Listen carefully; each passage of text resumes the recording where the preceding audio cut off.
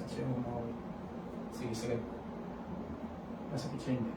Actually po pag yung hinanga siya ng malaki, ito comfortable pero ito po hindi. Sige. Close. Okay, nga ulit. Hinga niyo po siya, tapos dahan-dahan pong dahan-dahan pong sige, isagad niyo po.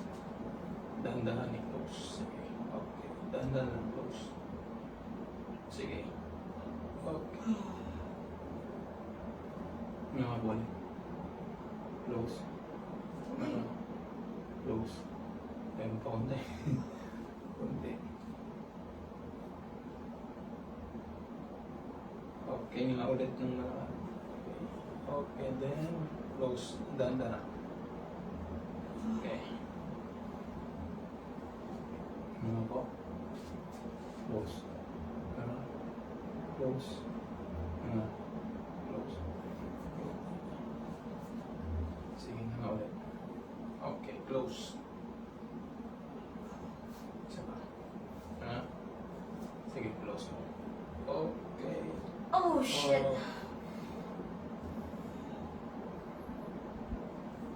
Okay, nga mo lang konti. Okay, baba.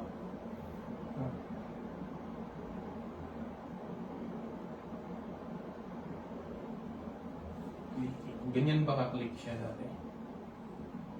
Hindi naman po. Maluwag eh. Wala na siyang cartilage.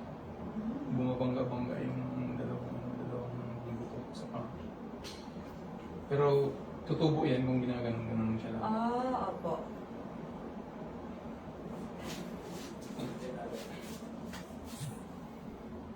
Okay na ako ulit. And then close.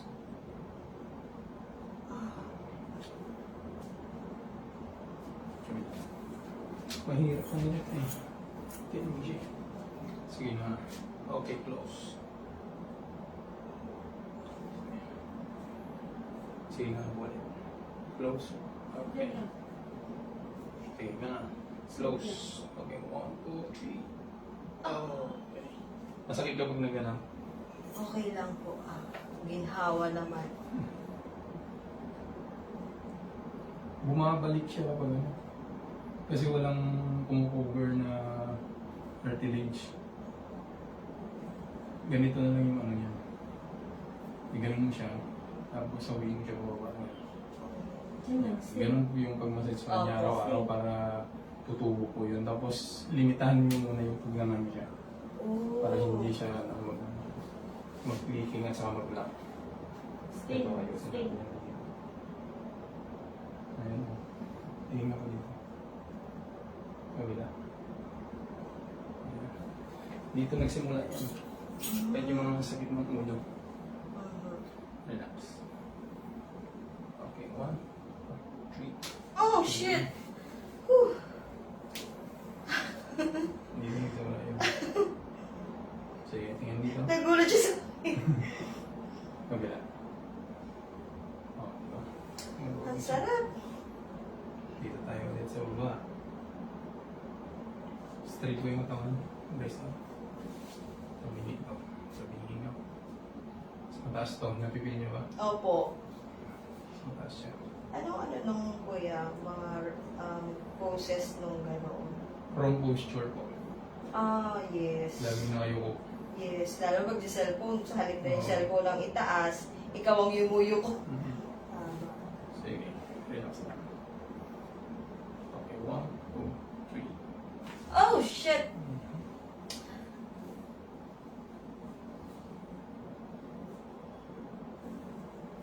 Yeah. Okay, relax. 1, 2, 3. Ah! Okay. Straight mo yung katawan. Yeah. Ang ulo, straight mo. Okay, okay na siya. Uy! Oo nga, feeling ko kanina, para ako nakaganon. Pagkas dito eh. Opo. Pag yun naka-breast out ako. Oo. Okay, relax. Ay, sarap. Oh, shit. Pearl. matunog.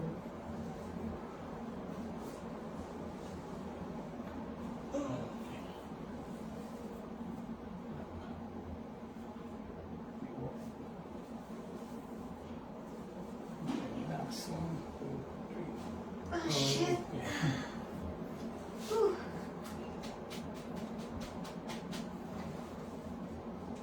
Okay, burst out po. Oh, yan. Okay siya. Straight na rin po. Tingin ko dito. Kabila. Wala na yung magawa. Straight up ako.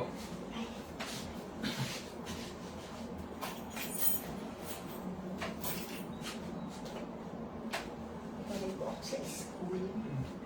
Nagpaalam ako sa bed. May opera po. Ay, meron ko. Ano po? CS. Sige, ano na lang. Dito na lang yung ulo niyo. Ayun. Higa na lang po kayo. Higa na lang. Okay. Hindi pwedeng i-push sa likod.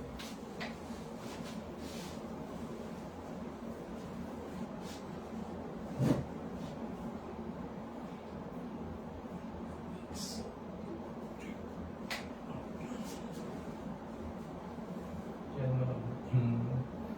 Higaan. Oh, shit! Whew. Diba? Okay.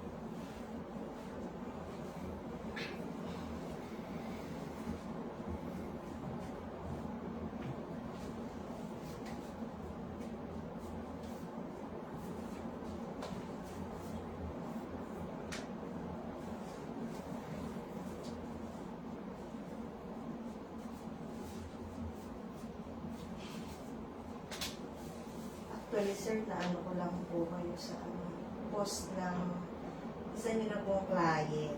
Sino? Makita lang po nung... Problema ba tuhod mo? Oo, dati na to. Alin po? Tuhod mo. Ano yung problema sa tuhod ko? Parang basta. Mas malaki siya, kuya. Mas mababa po. Ay, mas mababa? Yung patela niyo. Hindi siya pantay. Hindi pantay. Sige. Hindi ko naman po ano. Ay, doon sa pelvics. Dito yan. Ano naman tawag doon? Sciatic. Alam niyo ba yung sciatic? Sciatica. Sciatica. May ganun po kaya? Nung suspected ko lang po is nung college po kasi ako talagang Ang sciatica po sumasakit yung dito, biglang tapos gumuguhit. opo. Meron ba? Ganoon. Saan part ito? Ito po naman siya. Yung part na to. Pero sa baywang din. Mhm. Problema talaga. Ay, may problema po talaga. Ayun, umantay na. Pantay na po siya. Oo, pantay na. Ay. Kanina mas mababa ito eh. Opo. Yung may isa kanina, ginanong ko, hindi naman siya tumunog. Ito lang. Ayan. Kaya, Pantay na po. nandito na yung patela niya. Eh, salamat po. Pinantay niyo na yung binti ko. Tagilid po ano. Parang dito. Dito tayo. Sciatic. Ang sciatic ang problema dito. Lumbar 4-5 sa sacrum. Opo. Ito yung sumasakit. Ito. Yes po. Tapos gumuguhit na po. Bubuhit po siya na para kang mapipilay na di ka na makalala. Pero ngayon po, nagkakaroon naman na meron. Ano na lang po siya, kumbaga sa isang taon, isang beses, ganun po. Hindi naman po siya Aside. madalas. May naipit ng ganyan dito. Mhm. Mild pa lang yun kapag ano. Okay, relax. Okay. 1, 2, 3. Ow! Bila. Ang problema yun sa ano, sa lumbar. Naipit.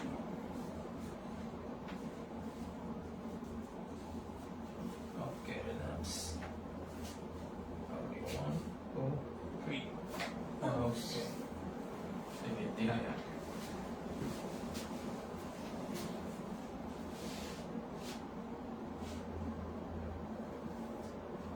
Sama.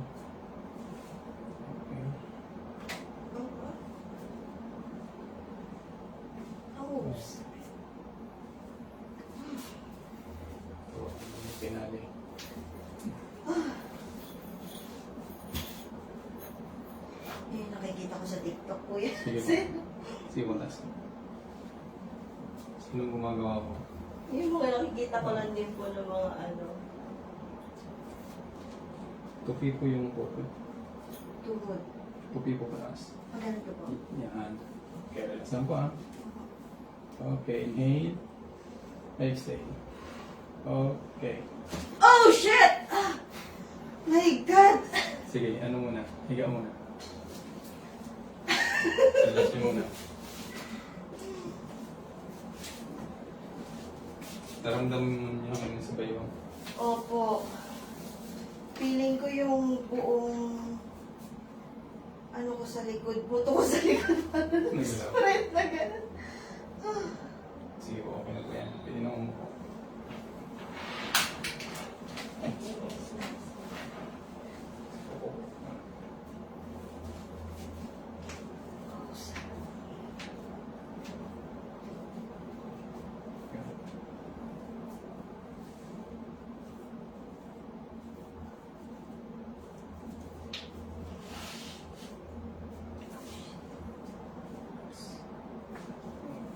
Masakit din yan. Siko.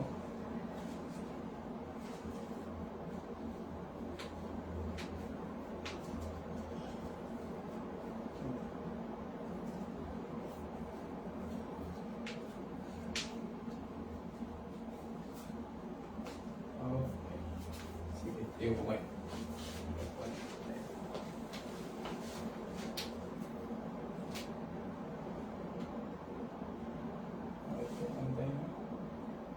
Dito yan yung problema kaya yung tukod mo hindi siya umantay. Opo. Siguro dahil dun sa sinasabi mong sumasakit minsan. Opo. Feeling ko nag-start yun, sir, nung ako ay college. Parang, Sige po po kayo. yung taas ko ng hagdan, parang dinalawa ko siya. Tapos, simula nun parang may naramdaman na ako. And then, kumbaga... Ang nangyari po dyan, na ipit nyo yung, yung lumbar. Ito. Itong 4, 5, at itong sa from 1. So yung naipit itong mga maliit na to, disc ang tawag. Opo. So naipit mo yan, na nung naipit yung disc mo, lumubo siya palikod. Ngayon natamaan yung sciatic nerves. Opo. Kaya nagkaroon ng pain. Mm. Siguro kasi kapag naigagalaw mo yan, nawawala siya. Pero ang problema, mayroon na naman, susumpong ulit kasi Susumpong. hindi nga siya na-adjust kasi kailangan siyang adjustin para mapakawalan yung ipit ng sciatic nerves. Opo. So, pag sakit siya, sciatica. Pero kung nerves lang siya, sciatic nerves ang tawag sa akin. Yun yung pinaka-main na nerves ng paa. Opo. Malaking nerves yun. Yun yung pinaka-malaking nerves. Naiipit yun dun sa taas. Kaya nagkakaroon ng Kaya sciatic po. nerves. Kasi nung nung college din ako, parang namaga ito. Kaya hindi ko siya mailakad. And then, mga sumunod naman yung once a year na lang siya. Ganun na lang. Mararanasan ko siya sa loob Ganito ng po isang gawin niyo taon. po. Pag bilog kayo ng mayroong natawin, Opo. dalawa. Ilagay niyo dito yung isa. Okay niya. Opo. Para, kasi mamaya baka ibabalik mo na naman na gano'n eh. Opo. Maiipit na naman yan. So, iganyan mo siya. Tapos, dito. Opo. Kung ano yung position mo nang hinila yung leg mo, yung position mo na nakahiga. Sa medyo matigas, huwag dito sa ganito. Oh. Yung parang may tutulak niya yung leg mo. May tutulak ng leg. Tapos yung dito din may tutulak. Yung para makakabit na kagad. Sabay po yun 10 minutes every day within 3 weeks. Within 3 weeks. Para para yung disc mo tutubo siya. Kasi nung naipit mo yan, ninipis yan. So ngayon yung naramdaman mo kanina na nahila, nag-compress kasi yun. Opo. Kaya ang nangyari, bumalik sila sa dating Sa formation. dating formation. Kaya pala sabi ko nga para siyang in-stretch. Kasi nagko-compress sila. Habang tumatanda din kasi tayo, nagko-compress yun, nawawala yung mga disc niya. Kaya kailangan yun para mabigyan ng space, tutubo siya ulit. Kasi kung ipit na ipit, hindi tutubo yun. Opo. Ninipis at ninipis na ninipis. So ganun lang po yun para tutubo siya. Wala kasing gamot na iniinom at saka ini-inject para dun sa disc para tutubo. Thank you po. Kasama dyan pinag-video, cut-cut. Cut-cut lang daw po. Lahat lang ng pinatunog. Ay, okay lang po. Pero, Umabot ng 6. yan ako na lang. Yan. Opo. Po-forward ko lang sa'yo. Ay, sige po. Pero wala yan ako sa GC. Wala nga po. I-add nyo na lang po ako para may forward ko sa'yo yung, Sige po. yung layer. So, yun lang. Yun lang. Okay na po. Yung sa ano nyo naman, yung nararamdaman yung pananakit ng ulo, migraine. Ano po yung inyong therapy oil? Ay, ano po yan? For sale po siya. Ah. Magnesium. Bali, magkano po yung ganyan?